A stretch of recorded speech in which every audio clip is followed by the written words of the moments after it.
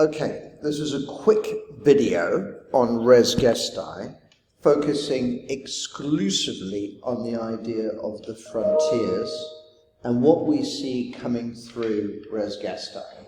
I'm going to start with chapter 12, which I've entitled the Ara Pacis. Really important that we understand that this is part of this Roman idea of the Pax Romana, and that the way that Augustus will frame his conquest is not so much as conquest, but rather as bringing peace and civilization. And in a couple of places I'm going to cross-reference to the Aeneid, and this whole idea that the Romans have a kind of a divine mission to civilize the world. So that would always be very nice to use res gestae and to use the Aeneid in conjunction with one another. And he tells us, in accordance with the will of the Senate, just to remind you that this is the language that we get throughout res gestae. This is why Mommsen talks about diarchy, isn't it? Because if you were to read res gestae literally, it would sound like Augustus and the Senate co-author all legislation and kind of Roman policy, when we know that that was far from being the case, okay? And he says here, on my return from Spain and Gaul. Now, I've highlighted this just to remind you that Augustus is so active in the empire, always visiting different frontier states. I think there were only 2 provinces, weren't there, that he hadn't actually visited, and one of them was Sardinia because of weather conditions. Now, the reason why he so proudly mentions Spain and Gaul are these are 2 provinces that he pacifies. We know that Julius Caesar initially conquered Gaul, but he left behind really a kind of chaos, and you couldn't really say that it was a Roman province in the true senses of the word. It was Augustus that spent so much time campaigning in both Spain and Gaul and making sure that these provinces became highly efficient, okay? And here he mentions with great pride the altar of Augustan peace, which is one of our artifacts that we have to study. And in it we see, don't we, this huge emphasis upon not only the idea of peace, but the idea of prosperity, etc., which is one of the huge themes of Augustan art, okay? He also talks about the Campus Martius here, which is this incredibly important area in which so many of the monuments are there. I've called chapter 25 of Res Gestae Pacifier. And just to take you back, I made the sea peaceful and freedom of pirates. Here, of course, he is talking about Sextus Pompey and the Battle of Knolicus, which we need to remember. And so he's talking there about securing the oceans. And this was part of the frontier policy because the corn supply, the bread supply from Egypt was so important. And really we need to know this date because it's when Augustus or Octavian then's fortunes begin to improve in a great number of ways. He says here in the second part, the whole of Italy, of its own free will, swore allegiance to me. Okay, well, we know that that's completely deceitful, and in fact, 300 members of the Senate up and left under Socius. So it's always very interesting to remember that res gestae is full of elision and misleading statements, isn't it? What's really interesting here is he says, after Actium, the Gallic Spanish provinces, Africa, Sicily, Sardinia, swore the same oath of allegiance. So it's really interesting, isn't it, that he's kind of revealing himself there, isn't he? Because that is a personal oath of allegiance. Now, if he simply restored the Republic, how do we account for that particular oath?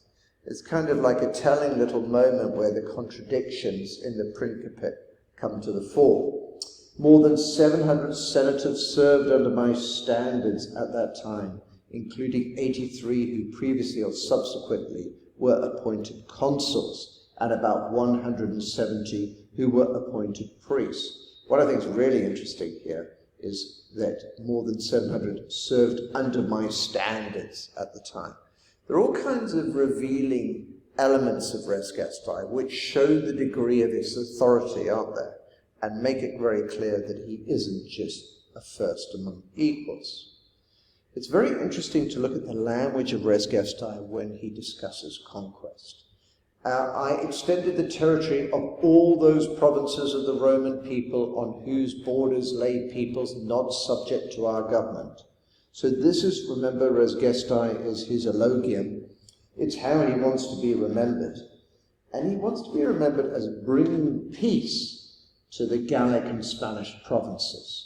And notice here he says, as well as to Germany, throughout the area bordering on the ocean from Cadiz to the mouth of the Alp.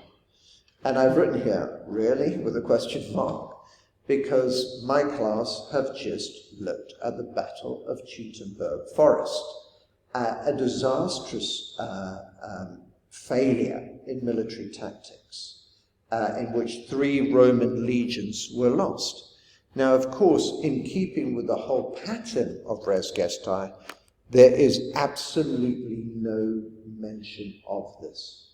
And we know that really that Germania remained a very difficult province for the Romans until the reign of Domitian, and that in many cases they were forced to retreat and to fortify the Rhine. So again, we see res gestae is not quite accurate here.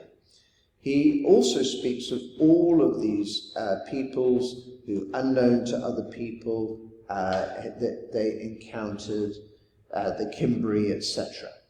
And there's another very interesting piece, which is a little bit misleading here. He says, at my command and under my auspices, 2 armies were led almost at the same time into Ethiopia and Arabia Felix. Arabia Felix today would be Yemen. And this was under Gallus, who you will recall was the Roman prefect.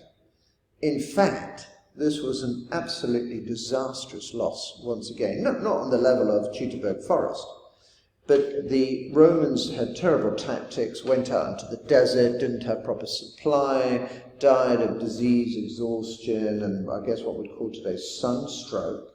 And again, once again, that this was an absolute failure. We know this because Augustus's writer Strabo recorded this. And so once again, we have res gestae not being entirely honest here. He goes on in chapter 27, I added Egypt to the empire of the Roman people. Yes, before this it was a tribute paying independent state. He goes on to say, Greater Armenia I might have made a province, but he decides instead to make it a client kingdom. And that is actually true, and this is what's of interest to us and the whole study of the frontiers, is how effectively Augustus would use these client kingdoms as buffer zones. And the advantage of that would mean that you don't have to station legions there. Instead, you have them as the first line of attack, therefore giving you not only a kind of buffer zone, but time to respond to another attack. Okay? He also talks here about Cyrene, which is very important because we know the Edicts of Cyrene are one of the documents that we have in our possession that show how Augustus governed the provinces. Cyrene would be modern-day Libya. So he certainly strengthened the African provinces, and he used this whole procedure of having client kingdoms around them as buffer zones. That said, he leaves out the fact that there were quite significant Kushite raids on Egypt. And these are very famous because one of the artifacts that we have today is the head of Nero, spelt like that, where we have a part of a statue of Augustus, the head of Augustus that was hacked off and taken back to Nero in Africa. He says here, I previously recovered Sicily and Sardinia, which had been seized in the slave war, Of course, he's referring there to Sextus Pompey. And he also talks here, and this is very important for our course, I founded colonies of soldiers in Africa, Sicily, Macedonia, both Spanish provinces, Asia, Syria, Gallia, etc.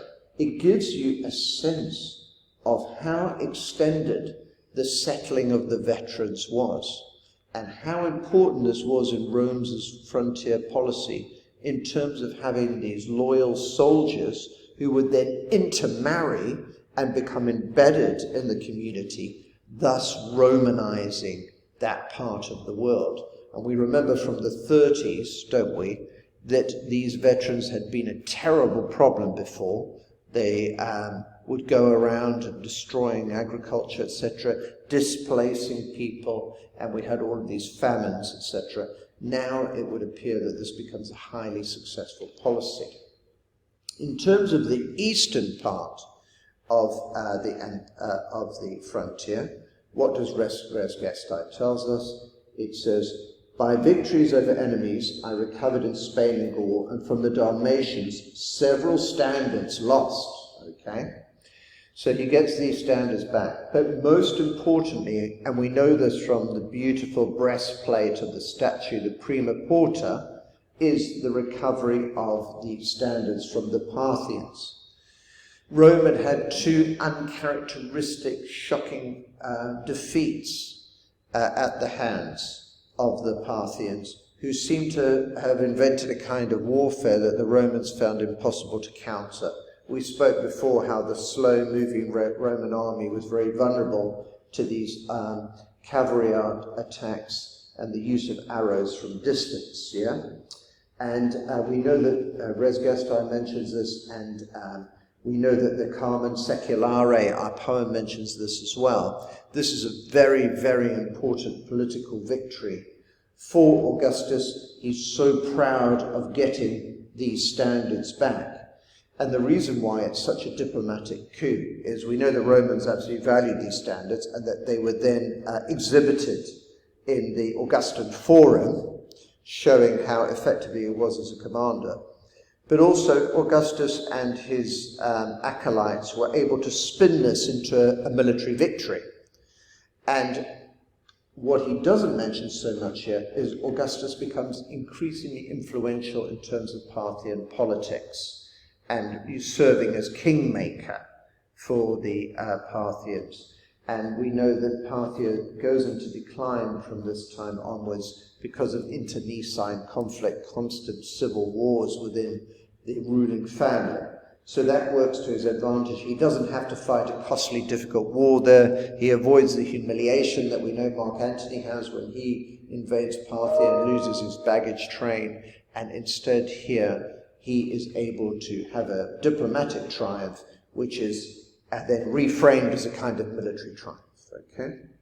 He talks as well, in my section I say here, chapter 30, about the Pannonian people. That's modern-day Austria. That's very important. So in terms of the top of Italy, you can imagine coming down the Alps, he makes it safe, and then to the east, in Illyricum, he also secures this whole area here. Again, a mountainous area with lots of warlike tribes, etc., including the Dacian people, etc.